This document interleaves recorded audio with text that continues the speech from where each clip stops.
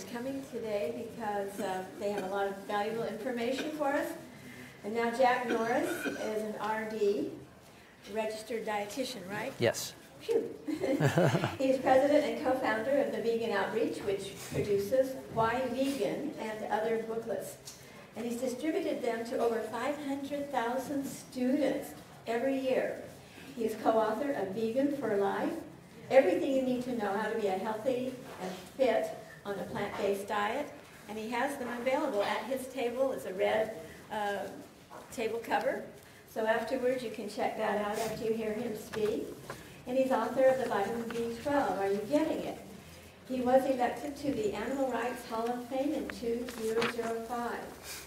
And he also has a blog and a website. So he'll tell you more about those things. So thank you, Jack. Thanks. Thank you for having me. What time do I have to be finished? What time do you want me done? What time is it? 1:45. 1:45. 1 hour. Okay, great. Thank you, Dixie, and thank you, San Francisco Vegetarian Society and the Unitarian Church for allowing me to speak today. I'm going to be giving out some recommendations and that sort of thing for nutrition for vegans. So if you're interested, you don't have to write them down or anything, but I have our guide to cruelty-free eating. There's a bunch of them over on my table. So if you are interested in the recommendations, just grab one of these on the way out. So let's see. In 1993, I co-founded an organization which at the time we called Animal Liberation Action. The name was rather provocative, and we quickly changed it to Vegan Outreach the next year, especially after we determined that spreading veganism was the best thing we could do for helping animals. So we felt that there was there were powerful reasons to be vegan, and most people were not aware of them. And if we could just get that message out to as many people as we could, that was what our niche in the animal rights, animal protection movement could be. So in our efforts to promote veganism, we ran into a lot of nutrition-related issues. And because of that, I ended up going back to school to become a registered dietitian to better understand nutrition and to promote veganism in the most responsible way possible.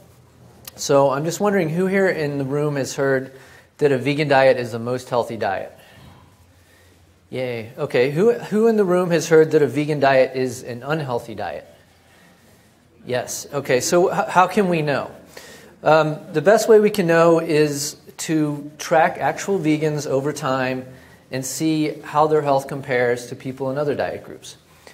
And luckily, there are some studies that are doing that. Now, this has mostly been, these are the biggest studies that have been done that have included large numbers of vegetarians and vegans. And the top 4 have been concluded already, and they contained a total of 761, I think, vegans. So that wasn't that many. But in 93 and in 2002, 2 other studies were started that included a total of 6,600 vegans. So results from these studies are just starting to come out. And we're going to start finding out soon a lot more about long-term vegan health than we knew previously. Up till now, it's been extrapolation based on, nutritional ideas that, and we were not sure exactly how they would play out in a real population. But in terms of results we have right now, in the Adventist Health Study, they found that vegetarian women lived 2.5 years longer, and vegetarian men lived 3 years longer than non-vegetarians. They found that vegetarians had 50% less hypertension and diabetes, and that they had 25% less rheumatoid arthritis. Those were the main findings from the Adventist Health Study. Seventh-day Adventists are one of the main groups that are studied for vegetarianism because they promote vegetarianism among their congregation, and about half of Seventh-day Adventists are vegetarian, and they also have a large number of vegans these days. Okay, so in 1999, they took all the data that had been reported on mortality in vegetarians to that date and combined it, and they found that vegetarians suffered from heart disease deaths 24% less than non-vegetarians, and these were deaths up to age 90. And they found also that vegetarians had the same rates of cancer and total mortality, which was a disappointing finding.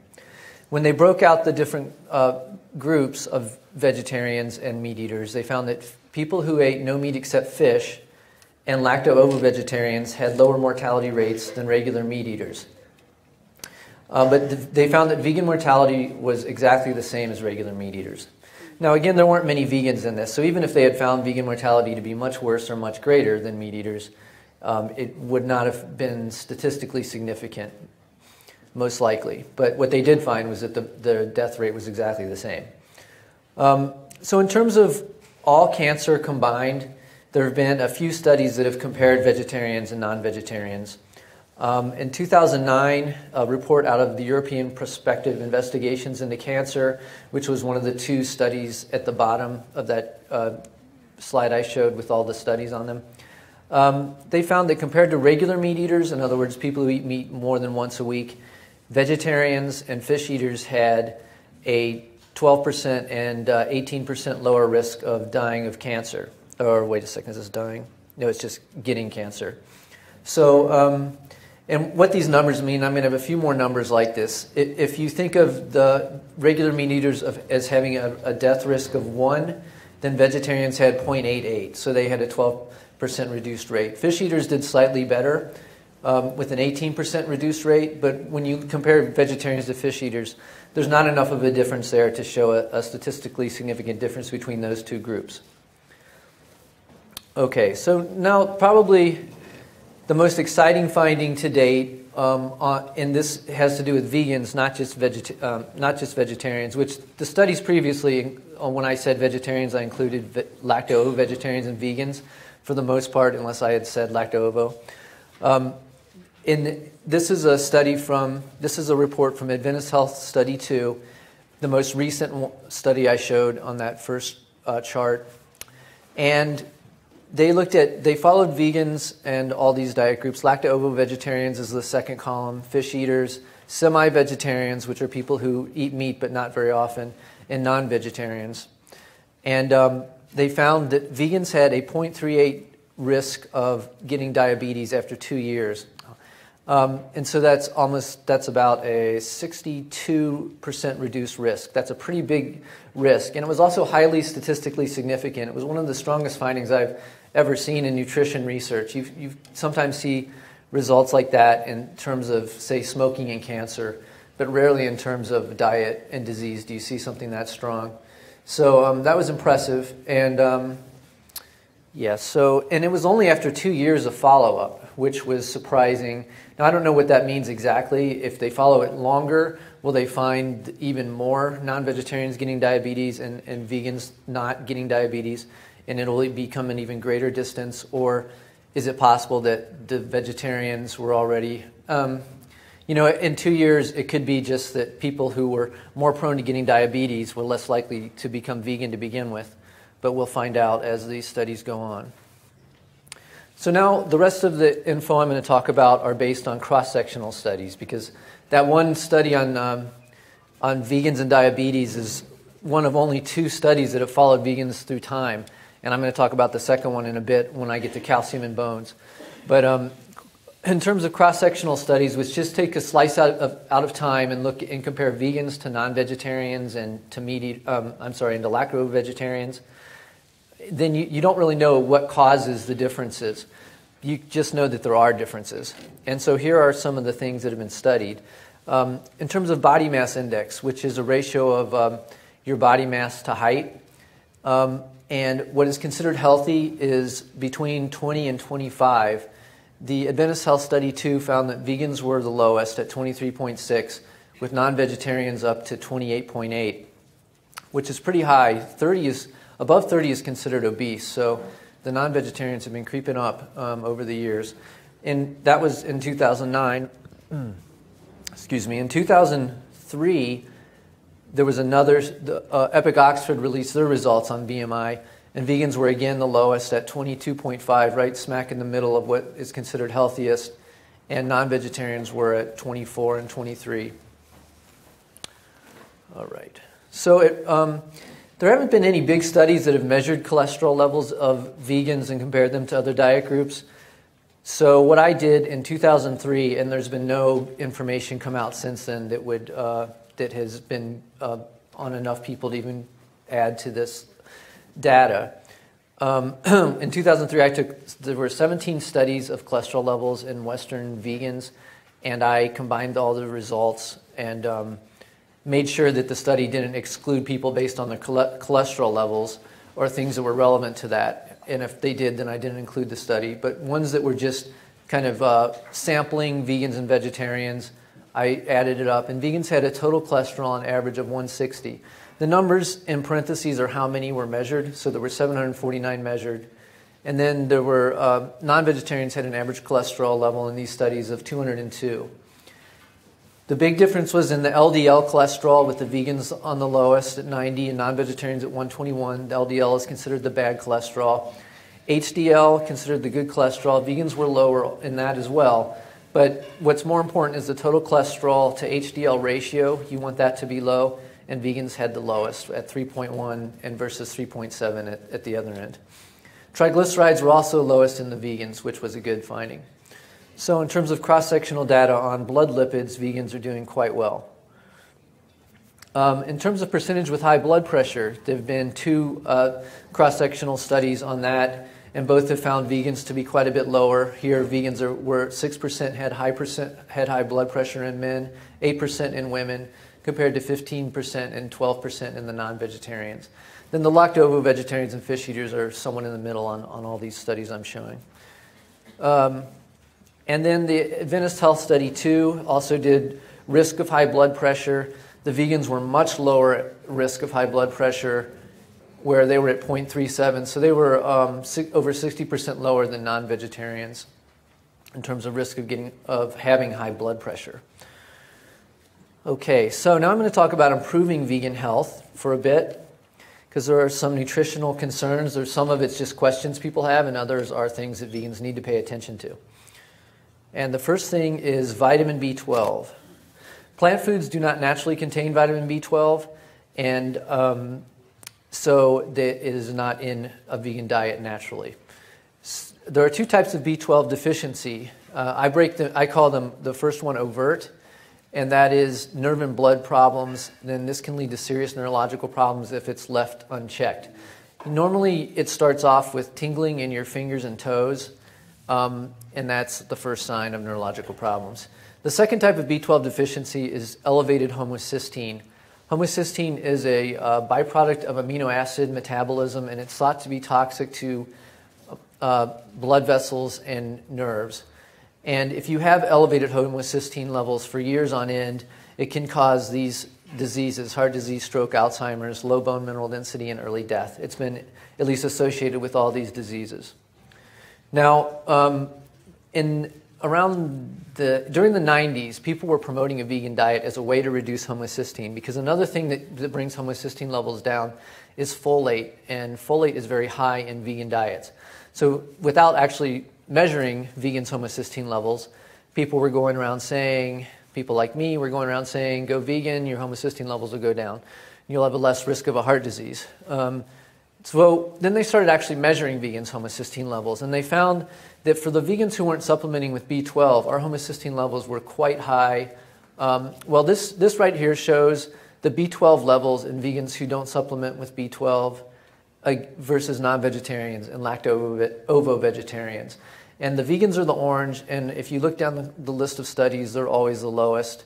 The non-vegetarians are always highest in terms of B12 levels. If you look at the same studies at homocysteine levels in vegans and vegetarians who aren't supplementing with B12, our homocysteine levels the vegans' homocysteine levels are highest on all these studies. So it's kind of the mirror opposite. What's considered healthy is around 8 to 10, and so right across here is healthy. So you see that a lot of the non-vegetarians are in the healthy range. Then the lacto-vegetarians are creeping up a bit higher, and then in some, the vegans are much too high. Now, the first one over here is a 1998 study from the United States, and that is of vegans, but they were supplementing with B12. So the ones who were supplementing with B12 had a very healthy homocysteine level. And I have that broken down here a bit more. These are vegans supplementing with B12, and their homocysteine levels are, for the most part, quite healthy. So it doesn't take much, and in the one study from the USA, the 99 study, I think it is, they were only getting 5.6 micrograms a day through fortified foods, which is, and supplements, I mean. And if you're taking any sort of B12 supplement, 5.6 micrograms is not much at all.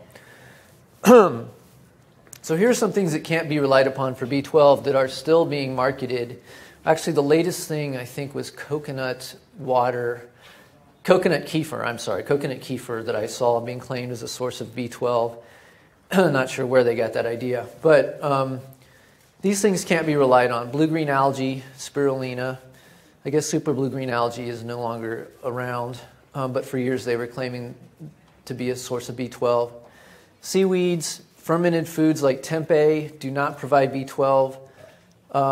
Brewer's yeast, unfortified nutritional yeast doesn't provide B12. If nutritional yeast is fortified, then it does. Any organic foods or intestinal bacteria can't be relied upon. So I have recommendations for what vegans should be doing. If you're just getting B12 through fortified foods, which is definitely possible to do, you should be eating fortified foods at least 2 servings per day, spaced about 6 hours apart. Ideally, the food would have 2 to 3.5 micrograms in it. It's probably not critical that it has that much, but you want it to have at least 50% of the RDA. Or you can get 25 to 100 micrograms a day from supplements. Or if you just want to take a B12 supplement twice a week, 1,000 micrograms twice a week. So if you do that, your homocysteine levels should be at ideal levels, better than your average person, and you'll have no problems, and it's easy to do.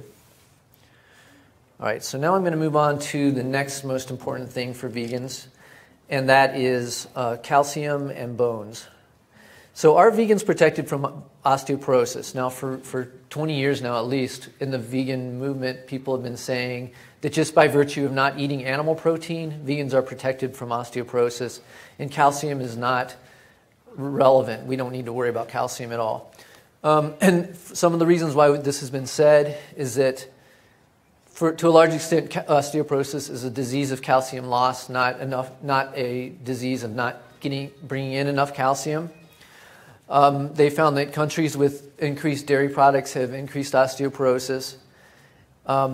There have been studies that have shown that after you eat animal protein, you urinate out a lot of calcium. And not to mention that the good sources of calcium for vegans, leafy greens are high in calcium, magnesium, potassium, and vitamin K, which can protect bones. So those are a lot of good reasons to think vegans are protected. But then let's actually study vegans' bone mineral density to find out. So cross-sectional studies, which are of limited value, but of some value, in the 1990s and in the 2000s, or whatever we call that decade, I don't know if we'll ever figure that out, but show vegans to have the same or slightly worse bone mineral density. Now, when they've been slightly worse, it has often not even been statistically significant. It's just been a little bit worse. But then the most important study to date, which I mentioned earlier, is the one study that followed vegans over time to see how many bone fractures they had. It was from Epic Oxford. It was released in 2007. And after 5 years, vegans had a 30% higher fracture rate than meat eaters. These were adjusted for age, smoking, alcohol, body mass index, activity, physical activity, and then marital status, births, and hormone replacement therapy, all of which affect bone mineral density. So none of those things should explain the difference. However, when they adjusted for calcium intake, they found that vegans no longer had higher rates. So among the vegans who were getting 525 milligrams of calcium a day, which was 55% of the vegans, and about 95% of the other groups, vegans had the same fracture rates. So the RDA for calcium for adults under 50 is 1,000 milligrams, and only half the vegans were getting half the RDA, basically. So that's pretty low intake. Now, some people have said that the World Health Organization recommends 400 milligrams of calcium a day, so 500 would be plenty. And then other people say that the World Health Organization recommends 500 milligrams a day, but that actually isn't true. The World Health Organization recommends 1,000 milligrams a day for adults.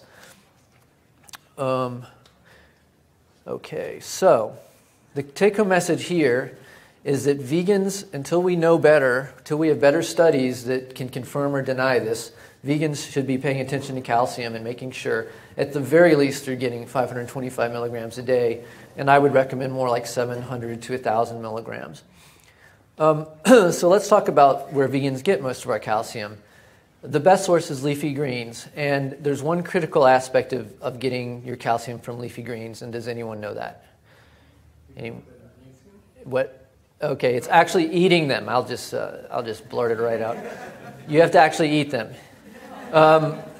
Okay, so, and I know a lot of vegans eat some leafy greens.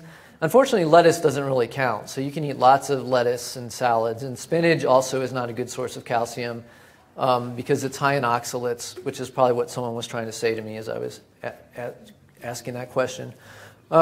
So calcium absorption is very good from some leafy greens. Kale, broccoli, as you can see, is much better than cow's milk. Soy milk is a little bit less than cow's milk. And supplements are 30%. They're not too bad on average. What? Is that by weight? No, it's by, oh yeah, it would be by weight. It would be, yes. It's per milligram of calcium. So mustard, turnip, and collard greens and bok choy are also, the thing that makes the most difference to whether calcium is absorbed from leafy greens is how much oxalates are in the calcium. In the leafy green. And so based on how much oxalates are in mustard, turnip, and collard greens and bok choy, it should be well absorbed. Spinach, Swiss chard, and beet greens are very high in oxalates, so that the absorption from calcium will be very low. All right. So here's what I recommend for vegans. Try to get at least 700 milligrams a day, however you want to do it. But here's 3 good options. One is 3 servings of those greens I mentioned at 1/2 cup cooked a day. And if you're not cooking it, it's 1.5 cups raw. 1 8-ounce glass of fortified soy milk or orange juice, or a 300 to 500 milligram supplement. If you add that to a typical vegan diet, you will push yourself into what should be a healthy range of calcium intake. So vitamin D is another issue that can arise for some vegans. I don't think vegans are much different than non-vegans in terms of vitamin D, but I do occasionally have vegans come to me and tell me they were suffering from fatigue, and upon getting their vitamin D tested, it was extremely low. So once in a while, a vegan will get extremely low vitamin D and become fatigued. So it's something to pay attention to. As most of us probably know, vitamin D is made by the action of ultraviolet rays on our skin, and some people's skin is more efficient at creating vitamin D than others, so that can account for some of the differences. And another thing is that you have to get out in the sun during the day when you have the potential to become sunburned. You don't want to get sunburned, but if you're not in the sun without sunscreen at that time of day for a period of time, maybe 10 minutes, then you're not going to create vitamin D. Vitamin D deficiency has been linked with all sorts of diseases. It's not clear for sure if it is the cause of them or not, but it's been associated with these diseases. In some cases, it seems somewhat obvious, like fibromyalgia, for instance. The symptoms of fibromyalgia are very close to the symptoms of vitamin D deficiency, so it's not a surprise that there may be some interaction there, if not some cases of fibromyalgia being actually a case of vitamin D deficiency. One recent study has looked at the vitamin D levels of a large number of vegans and compared them to non-vegetarians, Epic Oxford, and they found that the vegans were still in the healthy range of 55.9 is even, the healthy range is considered 40 to 50, not that above 50 is necessarily unhealthy, there's debates about that. But in any case, there's no real reason to think that any of these levels are too high. So vegans are high enough, but not as high as the other diet groups. And that's probably because cow's milk is fortified with vitamin D, and vitamin D is found in fish oils as well, and liver. So if people are eating any of those things, they're going to get more vitamin D than a vegan who isn't supplementing or in the sun a lot. Oops, I went the wrong way. One small study in Finland found that 4 out of 5 vegans who took 5 micrograms per day of vitamin D2 for 11 months actually increased their lumbar spine density. That's the lower back. And when I say 4 out of 5 vegans, it's not like 4 out of 5 dentists recommend Crest. It was literally 4 out of 5 vegans. So it was a very small study. Okay, vitamin D recommendations. The RDA is 600 international units. A typical fortified soy milk has only 80 to 120 international units, so you really can't meet the RDA through fortified foods, realistically, unless you're drinking a whole lot of soy milk. So if you're not getting in this much sun, I recommend this much sun is 10 to 15 minutes, 20 minutes if you have dark skin, 30 minutes if you're elderly, of midday sun, in which case 30 minutes might be getting into sunburn, so you might not even necessarily want to do that. But this is what you need to create enough vitamin D. Without sunscreen on a day when sunburn is possible. Otherwise, 1,000 international units of vitamin D per day, and 600 might be fine as well, but they don't typically make supplements in 600. They usually make them in 1,000. And they're very inexpensive. You can get them at Whole Foods, like a 3-month supply, I think, for about $6. Now, there's a question of vitamin D2 versus vitamin D3. D2 is the vegan version. It's made from yeast. D3 comes from sheep's lanolin or fish oil. Except for just recently, a company is now making a vitamin D3 from lichen. So in large amounts, when someone gets vitamin D deficiency, the doctor will typically prescribe 50,000 international units once a week. At those amounts, D3 does stay in the system longer than D2. But in smaller amounts of 1,000 international units per day, D2 appears to be just as effective. At least the studies have shown that to be the case. And vitamin D is a fat-soluble vitamin, so taking a vitamin D supplement with a meal, which will typically include some fat, will possibly help increase absorption. Okay, so the next issue for vegans is iodine. It's one that we don't hear about much, but it is something to be concerned about. You need iodine for healthy thyroid function, which regulates metabolism. In Europe, it's been a much bigger issue for vegans because salt there is not iodized or as much. And so vegans in Europe have been found to have poor thyroid function based on low iodine. And some vegans there who were eating lots and lots of seaweed were found to have poor thyroid function because of too much iodine. So iodine is something you can get too much of and too little of. So you want a good balance. There's been one study that's looked at iodine in U.S. vegans. It was in Boston. It came out this last year. And it showed that the vegans were too low in iodine. So it is something vegans should start paying attention to. It's easy. If you take a multivitamin, usually there's iodine in that. And if not, if you eat seaweed regularly, like I mentioned, you can get iodine. You'll get enough iodine from eating seaweed, I would say at least twice a week. And if you aren't doing those things, I recommend taking the RDA like every other day for iodine. Your food will have a small amounts of iodine. Produce has small amounts of iodine in it. It's very inconsistent, but you will get some iodine through your food. And so I just recommend making up about half the RDA with a supplement. Okay, excuse me. Oh, I got this in here. What is going on here? Oh, I'm hitting the wrong button. Okay. So omega-3 fatty acids are another issue for lacto-ovo-vegetarians and vegans. Studies have shown vegans have lower levels of DHA and EPA, the long-chain omega-3 fatty acids in our blood. And this doesn't necessarily mean that we're deficient. Vegans have all sorts of things that are at lower levels in the blood than lacto-ovo-vegetarians and meat eaters because our diet is so different. But it is something to be a little bit concerned about. And here's kind of the story with omega-3s that there's two types. There's short chain and there's long chain. The short chain are found in a number of plant foods such as flax seeds, hemp seeds, chia seeds, walnuts, and canola oil. But the conversion of the short chain to the long chain can take a while. until you need a lot of ALA to make the conversion. And some people, especially as we age, people don't convert it very efficiently. So what it turns out to be the case is that vegans, just to be safe, and especially as you're aging, should probably take a DHA supplement. I recommend 200 to 300 milligrams of DHA every 2 to 3 days, and for people over 60 every day.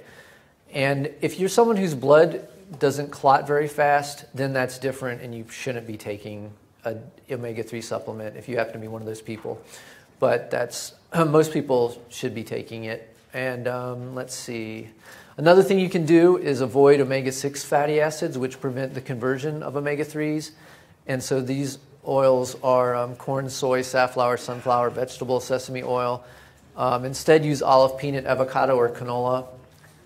And if you're relying on canola oil for your omega-3s, I recommend not heating it for long or at very high temperatures, which can destroy the omega-3s.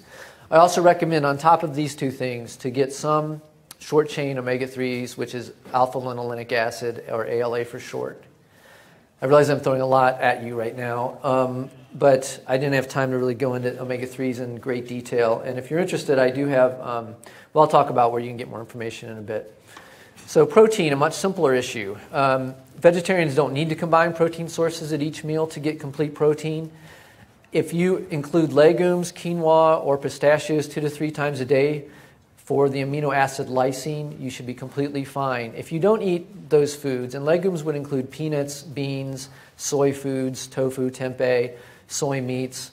If you don't include any of these foods on a regular basis, and most of us just naturally are going to, but if you don't, then you could find yourself coming short on protein. But that's really the only case, unless you are also just not eating many calories, because the less calories you eat, the less protein you're going to get. All right. I'll talk about iron real quick. Vegans tend to have as higher iron intakes than non-vegetarians, but plant iron is not absorbed as well from iron as it is from meat. And when we look at vegan men in studies, vegan men rarely have iron deficiency, and so that doesn't seem to be an issue for vegan men. But menstruating women who are vegan might run into some iron deficiency. And studies have looked at vegan women and have shown that about 10% have anemia. These studies have shown that the omnivorous women also have about 10% have anemia. And the same 15% more have iron deficiency without an anemia. So 25% are iron deficient, basically. But it's the same as the case for the non-vegan women in these studies. Vitamin C significantly increases the absorption of iron, and so of plant iron, I mean. But it must be eaten at the same meal. So one way to increase your iron absorption is to, say, drink a glass of orange juice with your meals. So I think that unless you're fatigued, there's nothing really to worry about, but it is something to be aware of. Another thing is that coffee and tea basically inhibit iron absorption. So if you're someone who maybe has had iron deficiency anemia in the past, limit drinking coffee and tea with meals. All right. If you think you have anemia, you should see a doctor because they're really the only people that can diagnose it accurately. And you should know if it's a good thing to actually know. Vitamin A, this is another one, easy to get on a vegan diet, but you have to eat the foods with vitamin A. And here they are. The RDA for men is 900 RAEs. It's 700 for women. These are how many RAEs are in these foods. As you can see, you can easily get it from a serving of carrot juice or kale or butternut squash, sweet potato, and carrots. I'm sorry, the 467 is how much a cantaloupe has. It should be in the other column. These are the main foods that are real high in vitamin A. There's a lot of leafy greens that have smaller amounts. But as you can see, just eating 1 carrot a day should easily put you above the RDA when you consider the rest of your diet. Zinc and vegans have marginal intakes, which means we just kind of hover around the RDA. We're not sure if this matters or not. But here are symptoms of deficiency: poor wound healing, hair loss, impaired immune function, dermatitis. If any of these are happening to you, maybe you need more zinc. Good sources are legumes, nuts, seeds, and oatmeal. Okay, now I'm going to talk about soy since there's usually so many issues regarding soy. And mostly it's good news with soy, in my opinion. Taking soy and breast cancer first. So there's been an issue about whether soy causes breast cancer, whether it prevents it, whether women who have breast cancer, especially if they have estrogen receptor positive breast cancer, whether they should eat soy, whether it will be harmful or helpful. And most of the articles you'll read on the internet, especially by the Weston Price Foundation, says that certainly it will be harmful. Here's what the author of the third study looking at women who have had breast cancer, looking at their soy consumption over time and what it did once they were diagnosed. And I just want to quote that study. Our study is the third epidemiological study to report no adverse effects of soy foods on breast cancer prognosis. These studies taken together, which vary in ethnic composition, 2 are from the United States and 1 from China, and by level and type of soy consumption, provide the necessary evidence that clinicians no longer need to advise against soy consumption for women diagnosed with breast cancer. So that's very good news. In terms of preventing breast cancer or causing it, 17 studies were combined. The data was combined in April of 2006. They found that the highest soy intake had the lowest risk of, or had the lower risk of getting breast cancer. But the largest intake in these studies was only 1 serving per day on average. Then more recently, the Shanghai Women's Health Study, which measured servings as high as 3 per day, found that three servings per day were protective. The women that were in the highest intake category had about half the risk of breast cancer, and it was highly significant, highly statistically significant.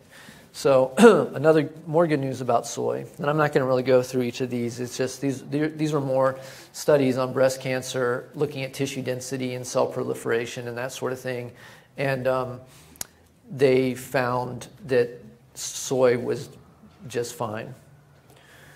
Okay, soy and cognition, that's another one. In 2000, a study came out of Hawaii saying that tofu was associated with brain shrinkage and dementia. So that caused vegans to be concerned. And so this is all the evidence together, and it includes that Hawaiian study. So 4 epidemiological studies have looked at tofu in 6 different distinct groups. In 3 of these groups, tofu was associated with reduced cognition. In 1, tofu was associated with increased cognition, and in 2, tofu was neutral. Now, one of these same studies also looked at tempeh, and tempeh was linked to better memory than if you didn't eat tempeh. So there were some serious confounders in these studies, and one is that 2 of them came out of Indonesia, where formaldehyde was being used in tofu preparation, but not being used in tempeh. And that sounds too crazy to be true, but it actually is. And the Indonesian government has cracked down on this since then, and it appears to be not nearly as problematic as it was at that time. And another thing is that people of lower socioeconomic status traditionally ate more tofu, and they also are people of lower socioeconomic status have also been linked to lower scores on these cognitive tests. So that could be part of what was going on in some of these studies. Now, in maybe better news, there have been 12 clinical trials lasting 1 week to a year that have looked at soy and cognition, where they actually feed people soy and then test them. And 9 found soy to be helpful for cognition, and 3 found soy to be neutral. So none found the soy group to do worse. So in summary, I don't think there's any reason to worry about soy as long as it's not being prepared with formaldehyde and or tofu. I eat tofu without worrying about it, so for what it's worth. Soy and the thyroid, this is a little more complicated. There have been 14 clinical trials that have found soy safe for the thyroid, but there was 1 trial that found just a small amount of soy caused people with subclinical hypothyroidism to advance to overt hypothyroidism. So I think this study was probably an anomaly, but you can't just dismiss a study as an anomaly until there's more research done to see for sure if it was. So right now I would recommend if someone has subclinical hypothyroidism, and you probably would know it if you do, because if you've unless you've never had your thyroid tested. But if you are someone like that, then I would say don't eat soy. But anyone else, soy seems to be fine. And even if you have hypothyroidism and you're getting medication, it should be fine to eat soy, as long as they say that it's good to eat a consistent amount so that your thyroid medication can stay the same dosage. Okay, soy and feminizing characteristics. So we've probably all read that soy can cause men to have large breasts. On the internet, I don't know, maybe. How many of you have heard that? Soy causes large breasts, okay. Well, unfortunately, there was one case that I'm aware of where, that has ever been reported in the scientific literature, where a man eating 12 servings a day of soy milk developed enlarged sensitive breasts. And, that's 12 servings per day. And then there was another study, a case study, where a man with type 1 diabetes, and I don't know how important that was, but it meant that his health wasn't great to begin with, was eating 14 servings per day of mostly processed soy foods for 1 year, and he developed erectile dysfunction, which normalized after ceasing the soy. So if you go to an extreme, you might run into issues. On the other hand, there have been studies, it's isoflavones that are the culprit in these cases. And isoflavones are like a plant estrogen. And they generally are very weak. But there have been many studies where they give people a lot more isoflavones supplements than what these people were getting from food. And they have not, for the most part, have not caused any problems. There have been like 1 or 2 out of dozens and dozens of men that have taken part in these studies. So at a regular intake of what I recommend, I don't recommend 2 to 3 servings, but I think 2 to 3 servings are perfectly safe, then there should be no problem at all. Soy sperm in quantity. One study raised minor concerns about soy sperm quantity. A couple of years ago it came out, but 2 clinical trials since then have shown no effects of soy. So I don't think there's anything to worry about there. And if you look at the Asian population, where some countries on average do eat a lot of soy, they don't seem to have a problem with sperm quality or quantity. All right. So the percentage of fat, I think as many of you may know, numerous vegan doctors recommend 10 to 15% of your calories to be fat, which is relatively low. The U.S. guidelines are 30%. It should be 30% fat or no more than 30%. But 10 to 15 can be hard to maintain because it's quite low. And I just wanted to show that Epic Oxford did a 2000 cross-sectional study on cholesterol levels in men. And the vegans in this study had a percentage of fat of 30%, but their cholesterol level was still at 158 versus 191 for the meat eaters. And this could probably be mostly explained by the fact that their saturated fat was 5%, and also that they were eating a lot lower calories, which leads to lower body weight, and that interacts with cholesterol levels as well, making them lower. So I don't think it's necessary to eat a diet that low in fat for most people. Now, if you're being under the guidance of a physician, I'm not saying, and they're telling you to eat that low of fat for your heart disease or something, I'm not saying to not go with what they say. I think there are 2 approaches to going vegan, depending on your situation. And one is people at high risk for or with heart disease, hypertension, or type 2 diabetes, or also called metabolic syndrome in some cases. I think in that case, whole plant foods, almost nothing but whole plant foods, high fiber, low calories, is a very good way to go about it. Include some nuts and maybe some avocado for fat, plenty of legumes and quinoa for protein. And then you will probably find a lot of improvements on these diseases. The other way are people who are not at high risk for those diseases and not trying to lose weight or lower your cholesterol. In this case, I think if it's not broken, don't try to fix it. And keep protein and fat similar to your current diet, which you may find a lot more satisfying. Including some higher protein foods and foods with fat, I think is a good idea. And basically, don't try to do everything you can to avoid all fat is what I'm saying here. I have a lot of people that come to me and say that they weren't satisfied on a vegan diet, and they went back to eating meat, and the meat protein helped them. And what they don't consider a lot of the times is that meat isn't just protein, and most meat is 50% fat. I know our society, like the meat eaters in our society, like to think of meat as nothing but protein, but that's not what it is. And I think that if you are a vegan on a very low-fat diet for a long time, you may start craving fat in a big way. And then when you eat meat, it may not be the protein. It may be the fat that you're getting finally. And so anyway, I would love if there were actual studies done on these situations, but I can just only go by anecdotal reports right now, and that's the sense I get. So my recommendations can be summed up at veganhealth.org. If you go, veganhealth.org is a website where I post all the research that comes out on vegan nutrition that I think is relevant, or I'm sorry, that all the research that's relevant to vegan nutrition. And if you click on recommendations in the sidebar, everything I just told you is right down there, nice, easy to read down and see what I'm recommending, as well as the Guide to Cruelty-Free Eating over there on the table. This is some real good news. Real Vegan Children, I have a page on the website of kids whose mothers were vegan at conception, stayed vegan throughout pregnancy and nursing, and the kids have been vegan their whole life. And these kids anyway are doing quite well. So that's good news. And here's veganhealth.org again. And I just came out with a book last summer that I wrote with another dietitian, Jenny Messina, Vegan for Life. I'll be selling those over there if you'd like one for $15.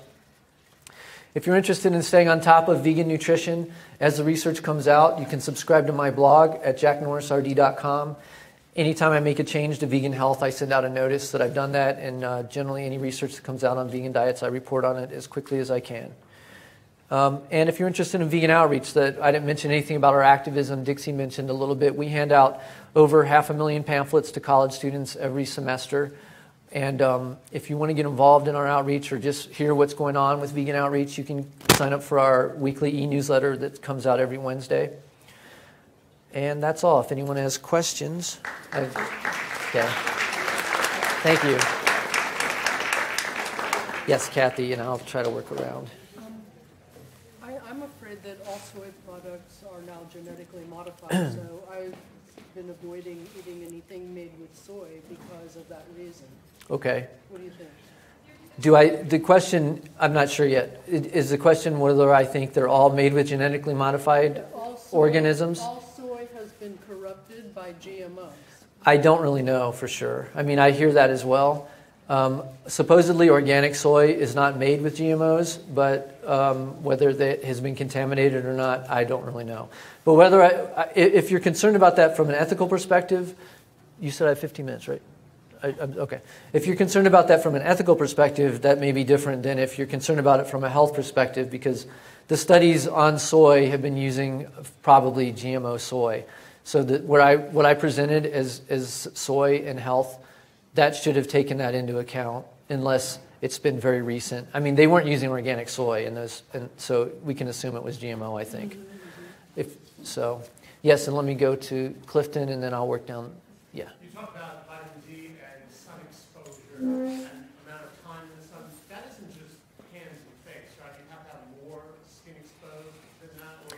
Well, the more skin you have exposed, the more vitamin D you're going to make. But that was arms and face. Basically, those recommendations, or an equivalent, like you don't necessarily have to expose your face, you could expose your chest and arms. But the more you expose, the more vitamin D you're going to make. Does that help? Yeah, but those times are arms and face. Yeah, or the equivalent. Okay. Right. Yes. Okay, first of all, I learned a long time ago about the problems with B12, and they are included with multivitamins now, if anybody's interested. And also I take calcium, magnesium, and vitamin D supplements. And am I missing anything? Oh, fish oil. Am I missing anything? I don't know. You take a multivitamin. It sounds like you were, I think you said it, calcium. You said you took that. All right, I think you got everything that I mentioned. I want to make sure I don't miss anyone. Okay, yes. You mentioned You know, the canola oil industry claims that you can cook it at whatever temperature and it won't damage the omega-3s. I'm skeptical about that. And if it was coming from anyone but the canola industry, I would say, okay, then as long as they studied it. But for the canola oil to just say it, I'm not convinced. Yes, because omega-3s they're easily oxidized. And so when you heat something, it's more an oil anyway, it gets more easily oxidized. So I say if you're relying on canola oil for your omega-3s, either heat it at low levels or and not for very long. I want to add something to that. Okay. You didn't mention anything about the olive oil low smoking point. In my understanding, olive oil shouldn't be used for cooking at all because it also has a very low smoking point, unless it's white olive oil. Extra virgin olive oil shouldn't be used. Well, I don't think you should cook any oils really high. But as long as it's not smoking, then I think it should be okay. There's all kinds of research on olive oil, and you could look up someone much more knowledgeable than me. But to my knowledge, there's no indication that you should not at all cook with olive oil. But like I said, keep it at, as low a point as any oil you cook, keep it as low a point as you can cook it at. Yeah, well, and you were next, yes. I was concerned about the amount of carbohydrates in a vegan diet, if you're trying to avoid diabetes. Uh-huh. Carbohydrates just turn to starch, and then starch turns to sugar in your body, and you have high blood sugar. What about that? Well,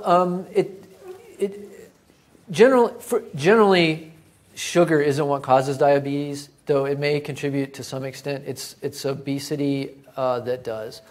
And however, if you are eating whole plant food types of carbohydrates, they are generally released slowly into the bloodstream.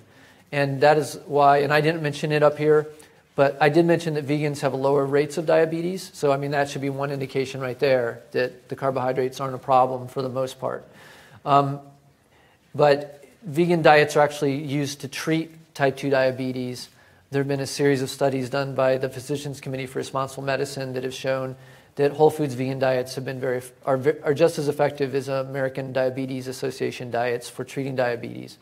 And that is a whole foods vegan diet where they don't even limit, they limit what you can eat. It has to be whole foods, but they don't limit how much. So as long as you're eating basically high fiber sources of carbohydrates, then that's actually better than, protein causes an insulin spike as well as carbohydrates do. So that's one thing to consider, I guess. Did I answer your question? Vegans have a 62% reduced rate of getting type 2 diabetes. So that's, you don't eat a lot of sugar, if you get your carbohydrates through plant sources. It's still slow, but it's still a lot. Well, vegans tend to eat a lot lower levels of calories, so it does end up being, you don't end up eating not as much. Your carbohydrate's still going to be somewhat higher in general than a vegan, or not, at least than a meat eater, but it seems to have a positive effect on diabetes. And, okay, yes? Is there acid in olive oil? Because people with GERD aren't supposed to have olive oil. I don't know if there's any acid in olive oil. I would imagine it's very low. They're fatty acids, but I don't know. I don't know about that. Olive oil is mostly fat. And what's that? Does someone know the answer to that? Is that what you're saying? Okay. Yes, in the orange. Yeah. Can you talk about the benefits of chia seeds and how they compare to flax? Well, there isn't a lot of information on chia seeds that I can find. Okay, the question is, what about chia seeds compared to flax seeds? Some people seem to like chia seeds better. They are high in omega-3s. I think they're probably about the same. I don't, like I said, chia seeds have not been studied heavily. So all I know is that they do contain high amounts of omega-3s. And let me see, yes, you, yes. More than a question, You next. I have a comment because I somewhat have a strong disagreement in one of your conclusions about Okay. going into, it's okay to go into a sort of high vegan calorie diet.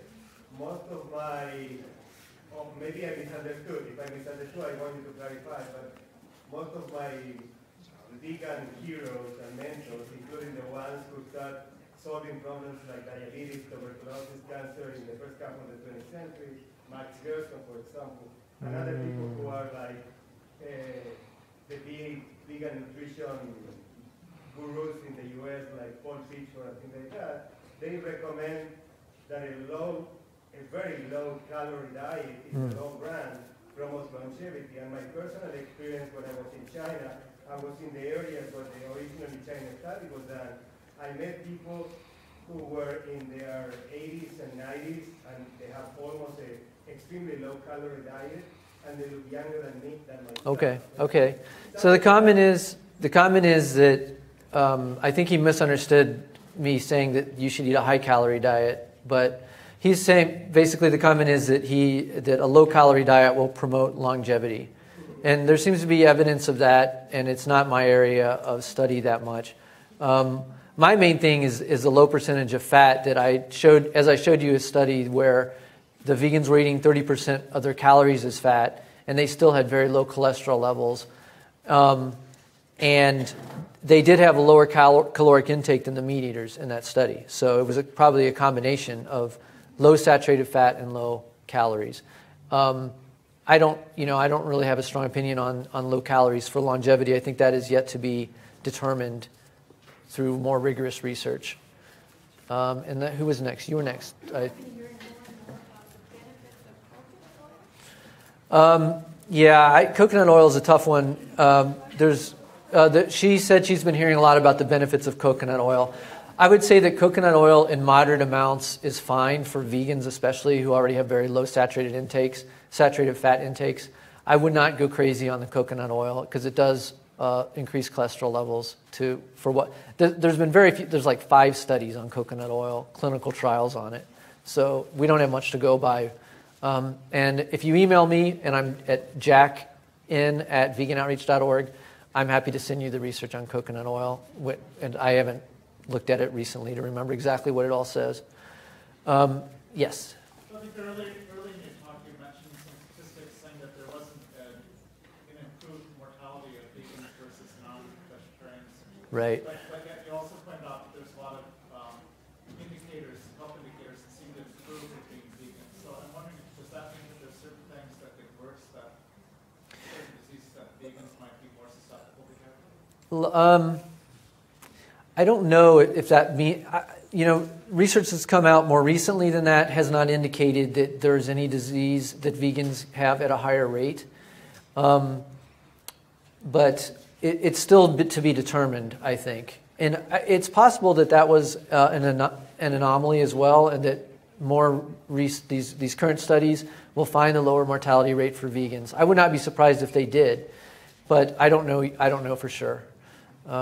That's the best answer I can give you. And I'm sorry, the question was, given that basically what could be the reason why vegans have a mortality rate the same as meat eaters if we have such lower cholesterol levels and lower rates for type 2 diabetes and that sort of thing?